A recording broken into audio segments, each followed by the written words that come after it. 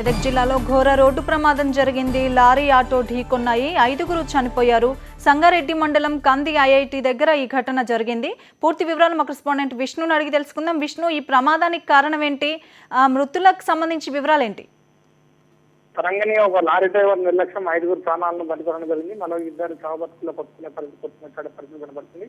సంగారెడ్డి మండలం కంది ఐఐటి సమీపంలో నుండి సంగారెడ్డి నుండి రామచంద్రపురం వైపు వెళ్తున్న ఆటోను రామచంద్రపురం వైపు నుండి సంగారెడ్డి వైపు వస్తున్న లారీ రాంగ్ రూట్ లో రావడం మూలాన ఈ ఆటో ఢీకొనడం జరిగింది. అతివేగంగా వచ్చిన లారీ ఒక్కసారి ఆటోపైకి దూసుకెళ్లినట్టుగా చెప్తా ఉన్నారు. ఈ సంఘటన 5 నిమిషాల క్రితం జరిగింది కాబట్టి మృతులకు సంబంధించిన ఇంకా క్షతగాతులకు సంబంధించిన వివరాలు పూర్తిగా తెలియాల్సిందే. మృతి చెందిన వారందరూ ఆటోలో ప్రయాణిస్తున్న వాళ్ళందరూ కూడా ఒకే కుటుంబానికి సంబంధించిన వారుగా మనకు ప్రాథమికంగా తెలుస్తా ఉంది. ఎందుకంటే మరి ఏదో ఫంక్షన్ కు అటగిరిపై వెళ్తున్నట్టుగా తెలుస్తా ఉంది. వాళ్ళ దగ్గర ఉన్న వస్తువులను చూస్తే ఆ విధంగా కనబడతా ఉంది. ఇప్పుడిప్పుడే సంఘటన స్థలం పోలీసులు చేరుకున్నారు.